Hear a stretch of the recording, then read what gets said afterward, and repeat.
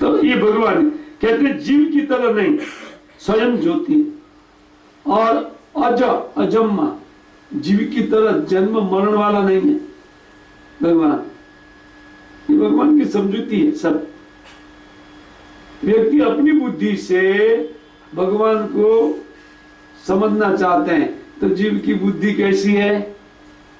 छोटी सी, क्योंकि बुद्धि का आधार तो भगवान है और उसी से थोड़ा थोड़ा छीटा छीटा मात्र, छीटा भी नहीं है, पूरा पूरा बूंद किसी के पास नहीं है। ब्रह्मा जी के पास हो सकता है, एक पूरा 1-2-4 बूंद दे दिया है ब्रह्मा को, पूरा संसार संभालने के लिए ये पूरा मैनेजमेंट करना है ना, इसलिए उनको थोड़ा ज्यादा बुद्धि दे दिया है। सबसे बुद्धिमान वो भी 2-4 छीटा दिया है, ज्यादा नहीं। बाकी हम लोग तो सिंकर समझते हैं। जो एक बूंद, छोटा सा बूंद बैठता है एक तिनके के ऊपर, बारिश में हम देखते हैं कि तिनके, और वो तिनके को उठा करके वो तिनके को ऐसा मारिए तो उनमें से हजारों कण निकलते, उनको सिंकर बोलते हैं।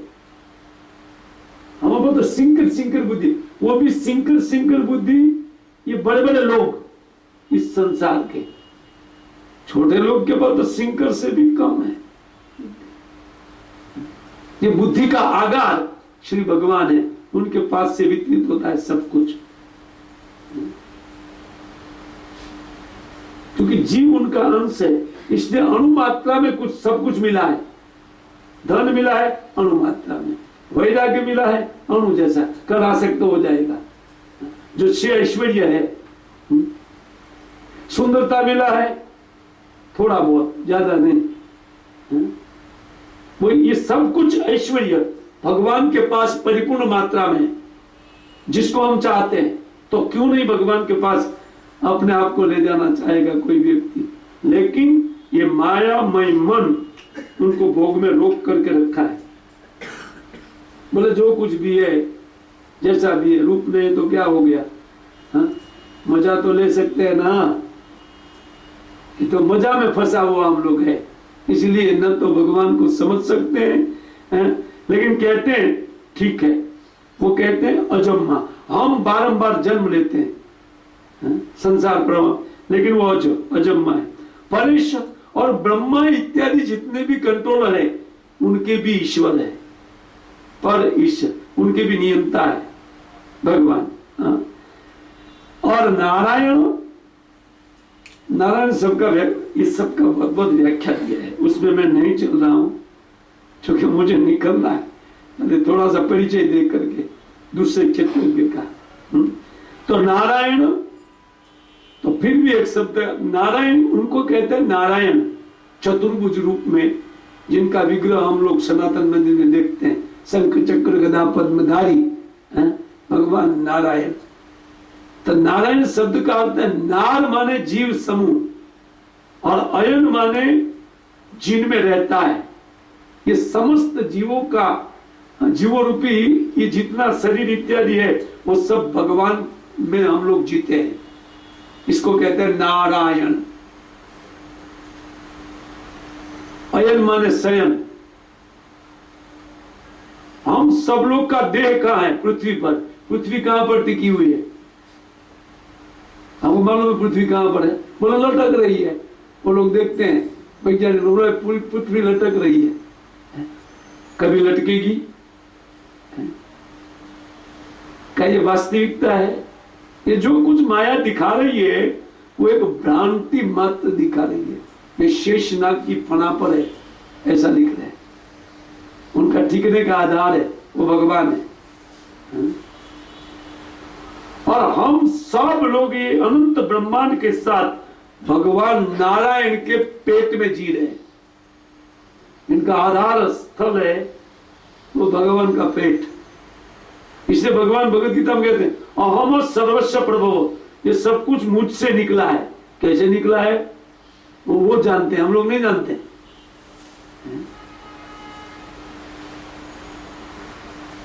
हमारे देह से भी कुछ कीटाणु निकलते हैं, नहीं निकलते हैं? अंदर क्या है? वो लोग अपना संसार चलाते हैं भीतर। हम कुछ खाते हैं ना, वो हम जो खाते हैं वो डिवाइड हो जाता है बहुत, बहुत कम जीव के पास रहता है, बॉडी वाले के पास।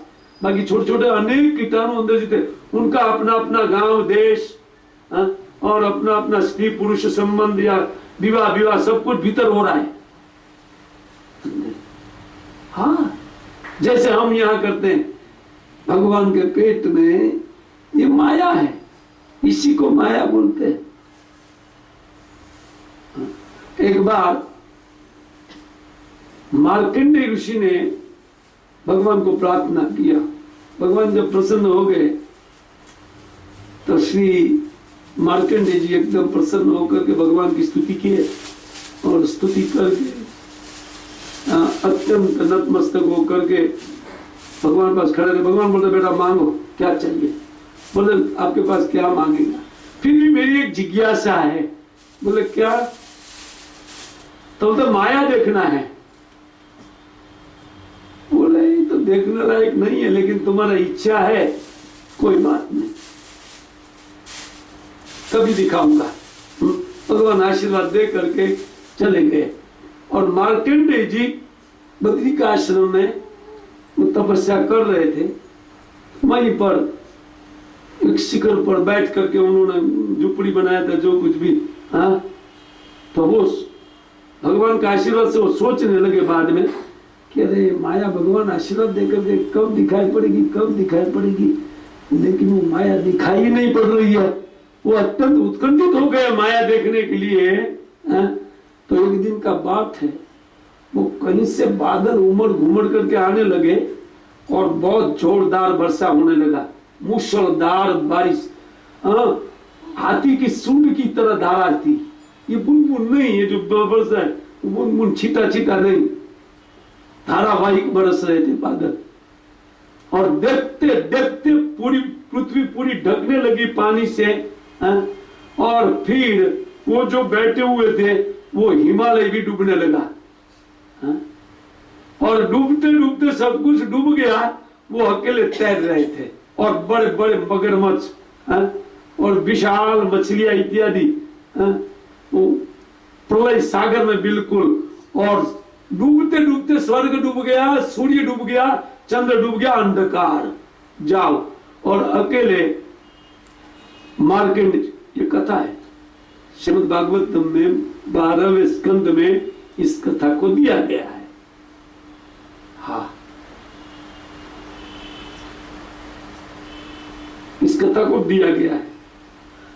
तो वो तैर रहे थे, तैर तो कभी कोई मच्छ निकल जाता था, तो फिर भी भगवान की कृपा से वो जिंदा रहते थे। और कभी कोई इतना परेशान हो गए वो इसमें घूमते हुए, तो कहते हैं कि उनके बाद में वो खूब तैरते हुए थक गए, वो उसी में करोड़ों साल निकल गया। लेकिन भगवान की कृपा से वो मरे नहीं, माया दिखाई हो रही थी उनको। माया माने जो नहीं है वो दिखाई पड़ता है। टाइम है ही नहीं, लेकिन टाइम हम लोग गिनती करते हैं, समय आई नहीं, सदैव वर्तमान है वैकुंठ में। लेकिन यह भूत भविष्य वर्तमान बदल रहा है। वो दिखाते करोड़ों साल हो गया है। तो वो देखा एक दिन कि एक जगह में एक उनको टापू दिखाई पड़ा, हरा भरा टापू था। वो आनंद में आ गए, वो सरकने लगे धीरे धीरे उन टापू की ओर, कि कैसा भी करके वो टापू में चला जाऊं तो थोड़ा राहत हो जाएगा। सरक रहे थे, वो सरकते सरकते निकट गए, उन्होंने एक वृक्ष देखा। तो वृक्ष के एक पत्ता जगमग कर रहा था। वो एक पत्ते के ऊपर ध्यान गया वो वृक्ष का, तो ये पत्ता एकदम जगमग कर, उन पत्ते के ऊपर एक बालक सोया हुआ था। भगस्य पत्रस्य कुटे शयानम बालम मुकुंदम मनसा स्मरामि। वल्लभाचार्य ने स्तोत्र लिखा, एक काव्य रचना किया इस भागवतम के इस अध्याय के, जो दर्शन किया था भगवान का जिस रूप में, उस रूप में उन्होंने काव्य लिखा। वटस्य पत्रस्य पुटे शयानम बालम मुकुंदम मनसा स्मरामि। पदारविंदे करारविंदम मुखारविंदे विनिवेशयन्तम। वो बालक क्या कर रहा था, अपने हाथ से पैर पकड़ करके पैर का अंगूठा मुख में डाल रहा था। वो बालक को देखते ही इतने करोड़ों साल का श्रम तत्काल गायब, भूख गायब, सब कुछ गायब। वो तो बोले तो यार ये तो अद्भुत चीज हुआ मेरे साथ। है? वो धीरे धीरे उन बालक को पूछने के लिए निकट सके कि आप कौन हैं, कि वो अत्यंत दीप्तिमान वो बालक था, ब्लू कलर का आभा निकल रहा था, और इसी प्रकार अपने पैर के अंगूठे को अपने हाथ से मुख में दिया था और चूस रहे थे। और बाल्य लीला चित्त तो निकल गए पूछने के लिए। तब तक बालक ने सांस लिया, ये अंदर कौन, मार्कंडेय जी, जाइए खबर अंतर पूछिए। वो चले गए भीतर, भीतर चले गए। उन्होंने देखा कि जैसा वो पहले विश्व दिखाया था वो विश्व बिल्कुल वैसा ही दिख रहा है, डिट्टो। पहले जो था उसी शिखर पर वो पाए और सब उसी प्रकार का पाए। और वहां पर हजारों करोड़ों साल वो व्यतीत किए और रोज जाते थे और रोज गायत्री इत्यादि करते थे और रोज भगवान के भजन में वो व्यस्त थे। एक दिन का बात है कि जैसे वो डुबकी मारा, वो डुबकी मारते ही वो निकला बाहर, तो बाहर वापस वो समुद्र में गिर गया, प्रलय सागर में। और तब वो बालक हंस रहा था, बेटा माया देखा, ये है मेरा माया, देख। तो सत्य घटना एक मुक्त व्यक्ति देख रहे हैं, ये है नारायण, ये भगवान, जो अपनी शक्ति मात्र से, संकल्प मात्र से जीवों के लिए व्यवस्था करते हैं। जीव स्वप्न देखना चाहते हैं, इसलिए भगवान स्वप्न जैसी अवस्था उनके लिए निर्माण करते हैं। तो ये कहते हैं नारायण भगवान। भगवान का अर्थ षड ऐश्वर्य पूर्ण, ऐसा नहीं। भगवान का अर्थ ये है कि वो निराकार है। उनको हम लोग अल्लाह बोलते हैं, आप लोग भगवान बोलते हैं, ये बात नहीं है। भगवान का अर्थ षड ऐश्वर्य पूर्ण, समस्त विविधता, जिनके पास इतनी अद्भुत माया शक्ति है, जो नाना प्रकार का रचना करती है अपने आप।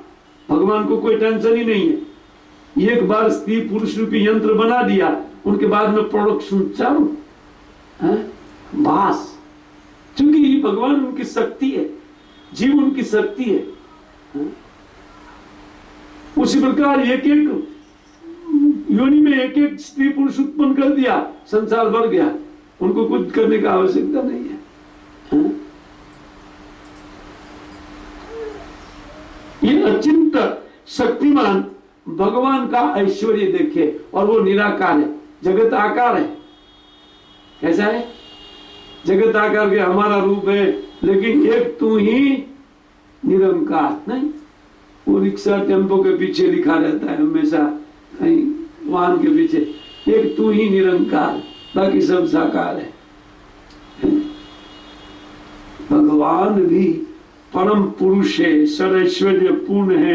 हमारे पास जो बुद्धि है वो बुद्धि का आगार है, हमारे पास धन है वो धन का आगार है।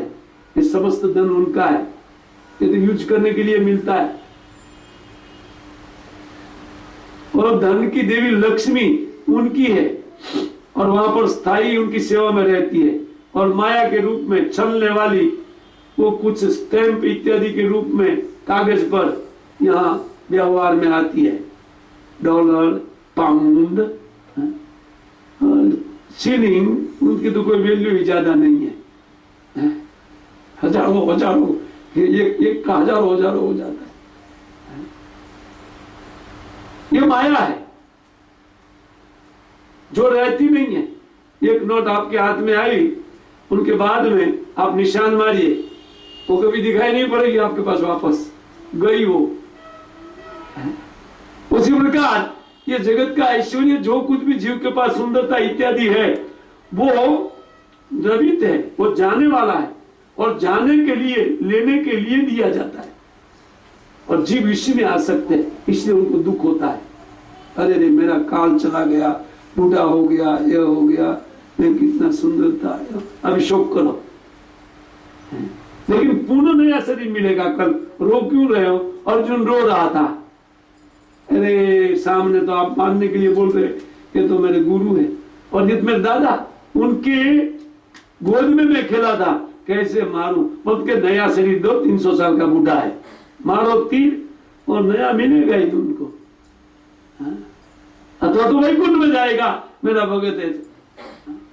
यहां क्यों दुख में उनको शरण दे रहे? मारो मारो मारो, भगवान को तुमको मारो। देखिए, तो ये भगवान का ऐश्वर्य है, सर्वैश्वर्य। वासुदेव, चकली ठाकुर उनका एक्सप्लेन किए बहुत सुंदर तरीके से। वासुदेव का अर्थ वही मथुरा अधिपति भगवान श्री कृष्ण और उनका अंश। वो भगवान का सर्व ऐश्वर्य पूर्ण नारायण वैकुंठ लोक में और उनका अंश, उनका भी अंश, ये तीन पुरुष रूप परमात्मा इस जगत, तो उनके अंश के अंश के अंश के अंश के द्वारा ये सृष्टि निर्माण होती है। वही भगवान वासुदेव कहते हैं कि क्षेत्रज्ञ आत्मेदम अनुप्रविष्ट, वही इस जगत में अपने आप को अपने ऐश्वर्य से या अपनी अचिंत शक्ति से जगत में प्रवेश करके, जीवों के हृदय में प्रवेश करके जीव को भोग कराने वाले हैं इस संसार में।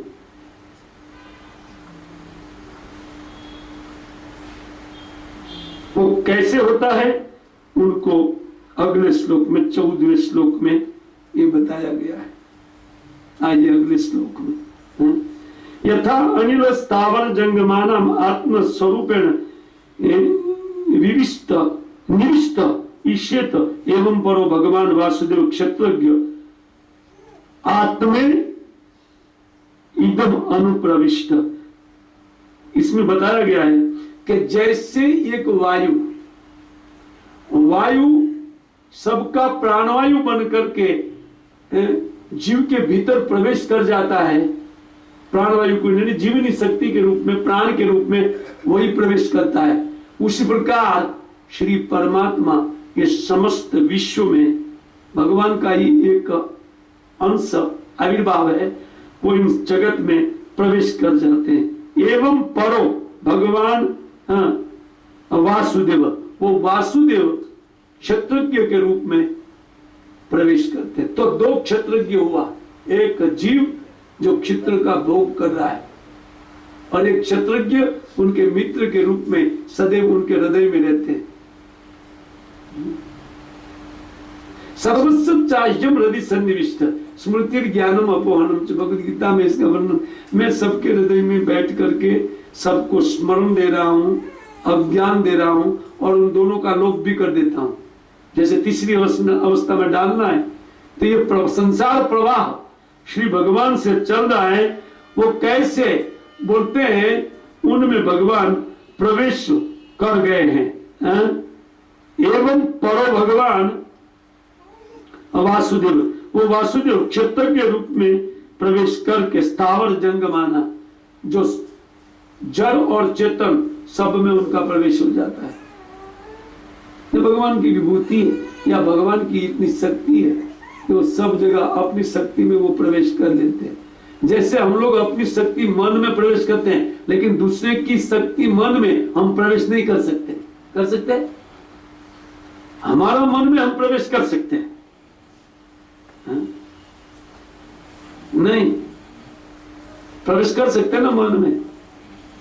जब हम मनोरथ पर चलते हैं, ये इतना बिजनेस होगा, इसका इतना प्रॉफिट करूंगा, यह करूंगा, वह करूंगा, और एक दिन दारुसलाम में सबसे बड़ा बिजनेसमैन प्रवेश किया मन में, कुछ वो तो एकदम प्रवेश कर गया मनोरथ पर और चढ़ करके सब कुछ चालू किया, बिजनेस चालू किया, यह चालू किया, लेकिन सब हवा है, मनोरथ है।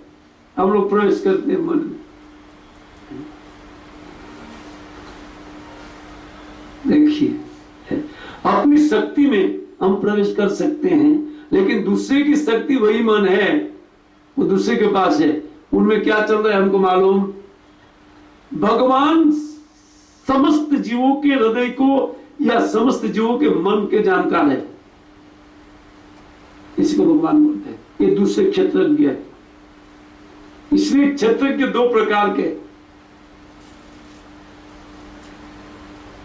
एक जीव जो इस शरीर में इन स्पर्श कहते रूप रस गंध और स्पर्श का भोग कर रहा है, ये संसार भोग जिनको कहते हैं, जो कल बताया गया था या 3-4 दिन से वही बात चल रहा है, ये संसार भोग जीव कर रहा है, वो इनमें मस्त है।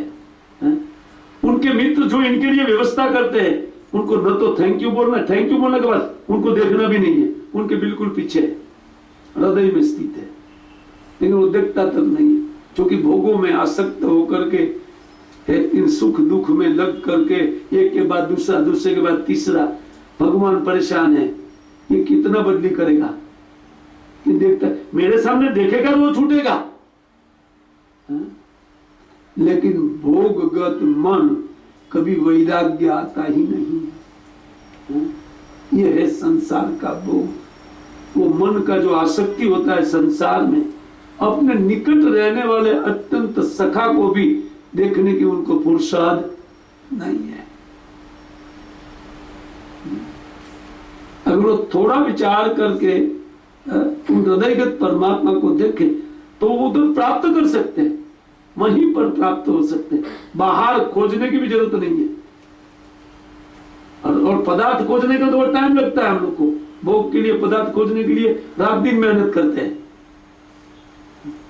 जो हवा है या माया है सब कुछ है, उससे कुछ मिलता नहीं है। जैसे हम लोग खा रहे हैं बचने के लिए नहीं, बुद्धिमान लोग बचने के लिए खा रहे हैं और कई लोग मरने के लिए खा रहे हैं, ज्यादा खा रहे हैं मरने के लिए खा, लेकिन बुद्धिमान लोग भी खा खा करके बच जाएंगे क्या? वो भी मर जाएंगे हैं? कुछ लोग बोलते हैं फिर होने तो डायबिटीज टेबलेट ले लेंगे, खाओ, जब वो भी मरते हैं और हमें भी मरना है तो खा करके मरो, कम से कम भूखे मत मरो। और ऐसा ये भोगमयी बुद्धि है सारा।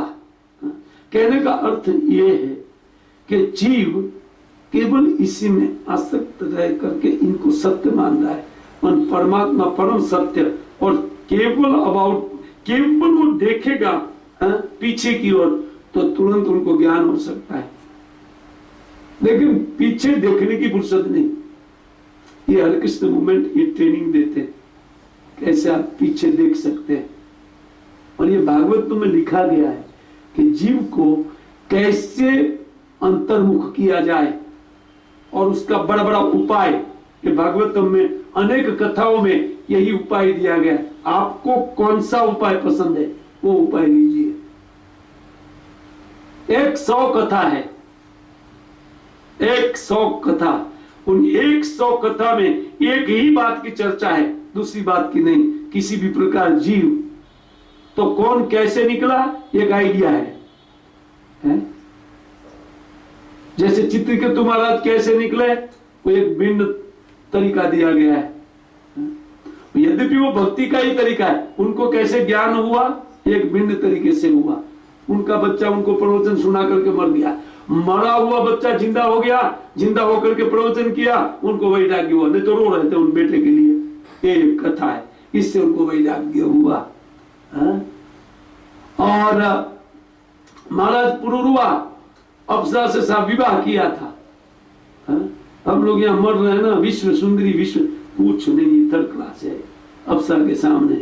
वो आसक्त हो गए अप्सरा में, स्वर्गी की अप्सरा एक दिन पृथ्वी पर घूम रही थी, उर्वशी। तो पुरुरुआ महाराज ने देखा कि उर्वशी हो इतनी सुंदर स्त्री कभी नहीं देखा है, तो उनको बोला कि तुम विवाह करोगी? बोल तो मैं स्वर्ग सुंदरी हूँ, कंडीशन 2 रहेगा, विवाह करूंगी लेकिन 2 कंडीशन। एक तो मैं केवल घी पीऊंगी गाय का। बोले गाय का कोई कमी नहीं, तुमको जितना पीना है पियो, नो प्रॉब्लम। और दूसरा ये कि मैं जिस दिन तुमको नंगा दर्शन करूंगी उस दिन तुम्हारे पास से चली जाऊंगी। और तीसरा ये मेरा दो जो बच्चा है, दो पशु का बच्चा रखी थी, ये आपको संभालना होगा। पुरूरवा महाराज पूरे विश्व के राजा थे, पृथ्वी के, लेकिन स्वर्ग की सुंदरी में आसक्त ये मन क्या क्या व्यामोह दिखाता है और कैसे वो हटता है, उनको उनके लिए ये प्रस्तुत कथाएं की गई है। और वो रात दिन उनमें आसक्त होकर के कैसे जीवन बीत गया ये उनको पता नहीं चला। पुरूरवा महाराज को एक दिन वो अप्सरा का शाप पूरा हुआ, उनको शाप दिया था, जाओ तुमको मनुष्य भोगेंगे, देवता से तुम इतना यहाँ ये काम कर रही हो। वो अप्सरा को शाप दिया गया, इसलिए मनुष्य भोग कर रहा था उनका। वो तो जैसे पूरा हुआ तो इंद्र के आइडिया पर इंद्र ने उनका शाप पूरा होने से देखा, इंद्र ने कहा शाप का अवधि पूरा हो गया, तो वो कोई देवता को भेजा, उनका दो जो वो बच्चा है उनको चुरा लो, जाओ, वो रक्षा नहीं कर पाएंगे। तो बच्चा जब छिन गया तो वो अप्सरा ने बोला, अरे मेरे बच्चा कहाँ है? अरे बोले तेरे जैसे थर्ड क्लास के साथ में क्यों रह रही हूँ, एक बच्चा का रक्षा नहीं कर पा रहे। तो तब वो उनके साथ एक सैया पर सोया हुआ था, बोले मेरी प्यारी ये पत्नी का ये बच्चा का रक्षा। ऐसे ही उठा, तलवार लेकर के कौन लेके गया? गंगा दर्शन किया अप्सरा ने। अप्सरा चली, बाय बाय, वो तो चली स्वर्ग। और उनके पीछे वो रो रहे थे, उनके बाद में रोते रोते उनको वैराग्य हो गया। बोला वो ये सारा मन का कमाल है, हटो हटो हटो हटो।